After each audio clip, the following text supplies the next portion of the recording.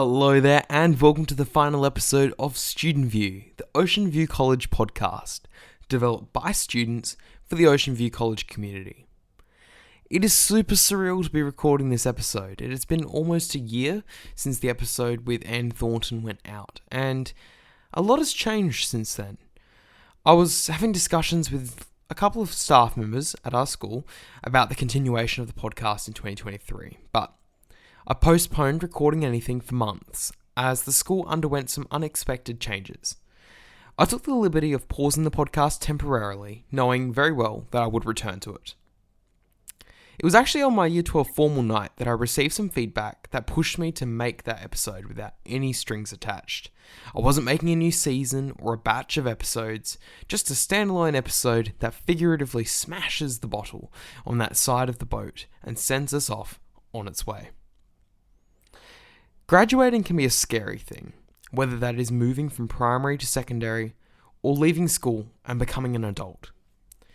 I wanted to create an episode that summarises your final year at OVC and affirms to you that you're capable of taking those next steps into adulthood and your personal life.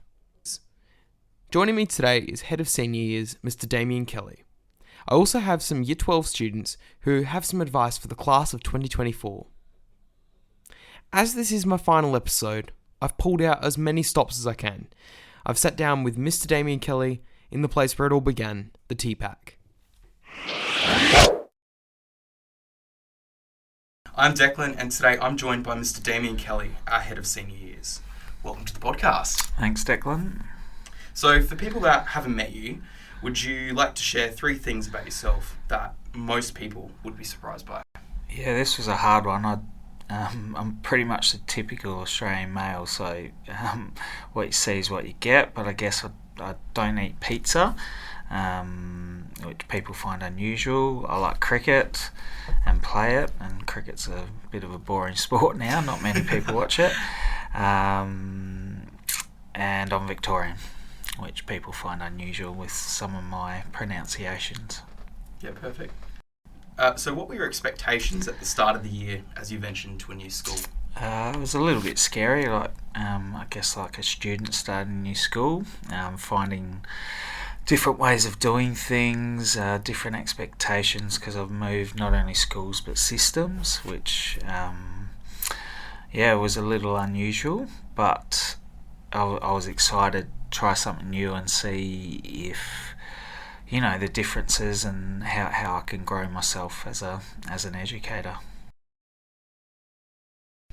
Did you find most of your skills from your previous school transferable to this new school? Yeah, definitely.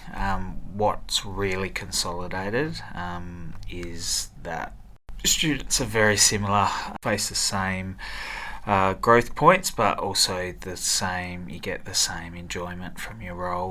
The overarching principles, which students often don't see, are very similar. So we've got a thing at Ocean View called restorative practice, and that's like a behaviour management. I've had that at my past school. I guess it was sort of gratifying to know that it works in any system. Was there anything else that you learnt this year? I've learnt slightly different ways of doing things. Like Ocean View is really accommodating for all students, especially with learning difficulties. The staff do a really good job in making sure that they can access the learning that they should. I've learnt a few things around that this year. Pretty much that's it. It's all pretty common. So I've learnt that once you've got your prototype of how to be an educator and leader, it'll work in any setting. So, yeah. Yeah, perfect. So, what has been a highlight for this year for you, and what has been a challenge? I guess the highlights, I'm not saying this because you're here, but the working with the Year 12s, they're a really good people, quietly driven, go about their business. Like, we've had no behaviour issues this year with the 12s. And I guess the retreat was the highlight, how they responded to that, which was excellent. The challenge I've had is mainly the systems working in a Department of Education huge system. Yep. and very by the book. Protocol based, yeah. Yeah, so not... Yeah, and I'm not a huge fan of that. I love the personal stuff, But yeah, that's probably been the biggest challenge, and, changing pay and all that sort of stuff was really, really frustrating at the start. Yeah, but all in all, it's been a positive year. I've enjoyed it. What would be your parting words to the class of 2023? Keep being who you are. I think all the students, it's a small cohort, all the students, if they were to continue to be who they are, they'll be successful. And knowing that they've got the qualities, the key characteristics of success, and they just got to keep building on that. Yeah. What advice would you give to yourself at the same age as myself, so finishing year 12? What advice would you give to yourself? Times have changed since I was doing it. It's an often allow yourself to get bored. Okay, it's what I find probably your generation is you can't get bored anymore. And when you can't get bored, you can often, and you've probably heard me say this, you often live in the now instead of the near. And unfortunately, when you live in the now, that's really easy to do, but it doesn't build the foundations for success. So the reason why I say allow yourself to get bored, when you're bored, you actually can think. Alright, and I don't think people do that enough. Actually think instead of, geez, I'm bored, I'm going to watch Netflix, or I'm going to play... mindlessly scroll on social media or something. Yep. And that means you don't critically think about your future, which is an important thing to do. I tell that to my kids as well. So, with that in mind, what will 2024 bring for the senior school? It's building on the foundations that we've set up this year. Yep. Definitely a more impactful mentor program, making sure that we're meeting students' needs. That's going to be a focus, but yeah, really building on that connection that we've started through potentially more retreats, so in every year level. Oh yeah? Yep. Okay. Sorry, not retreats, reflection activities. Mm-hmm. But I guess in 10, 11 they won't be reflection activities, more that creating stronger relationships with each other, the peers, but also staff, student, and making them connected to the Ocean View community. Yeah, so building on the foundations that were built this year, hopefully even more success. Yeah. I'm predicting that your group will go really well this year in regards to your results.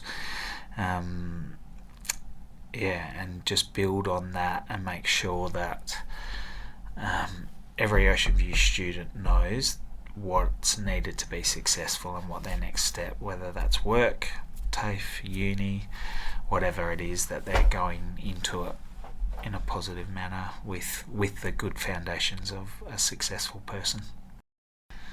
Be great to see those, almost see the students reap those benefits as well. Yeah, I think that's the challenges of education. We look at 100% SACE and all that sort of stuff. I reckon the real measurement is how the students are going in 5 years' time. Like, you'd love to get them back and say, where are you at? What could you do better? I've done that at previous schools. Yep. It's really connected, and we use that 5-year period. Really connect and get some feedback, and that find, hey, what did the school do really well, but also what did we miss on? And then you can apply that then to the future classes. 100%, yeah, and learn from strengthen your strengths and grow your challenges. Yeah. Perfect. Cool. Is there anything else you wanted to add? No, all good. Thank you, Declan. No, thank you so much for being on the podcast, and wish you all the best. Again, a big thank you to Mr. Kelly for the interview. He provided an insight into his plans for 2024 and shed a light on what he really thinks of the Year 12s. He spoke about his challenges and his highlights, and why he doesn't like pizza. Now, from July to November, I filmed and interviewed the class of 2023. My co-captain Lana and myself wanted to create a long-lasting memory of the people we have been with for 5+ years. So we thought, why not ask them if they had any advice for next year's Year 12s? Here's what they said. We asked the class of 2023 if they had some advice for the next Year 12s. My advice to you is not to spend a lot of time on your work and spend some time with your friends so you have that mental break. My advice would be not to procrastinate and don't fall back in lessons. It's okay to ignore your friends, and by that I mean get work done. And definitely use your studies. My advice would be look after yourself. Enjoy every moment because it goes really fast. Yeah, just have fun. Just get your work done. Don't leave it till last week that I'm doing it. Somehow I'm passing, but I don't think you'll be able to if you get more strict teachers. My advice for you guys is to not take life for granted. The decisions you make now are pretty important, so make sure you choose what you want to do. Don't stress it so much because you will struggle so much if you stress. Enjoy Year 12. Make the most of it, don't take it too seriously, but use your studies to get work done. Have fun. Just keep getting up and keep going. A piece of advice I would give would be for your test, do the practice questions. Don't hand everything in last minute like me. To not give up. To learn how to do work at home, because that's there's a big jump between Year 11 and Year 12 with the amount of work you have to do. I would say make sure you ask your teachers for help when you need it. Just enjoy every moment of school and have fun. I'd say my biggest piece of advice would to be do what your heart says and not what everyone else tells you, because at the end of the day it's your job, your life, and you need to do what makes you happy. Be curious, not judgmental. Enjoy Year 12.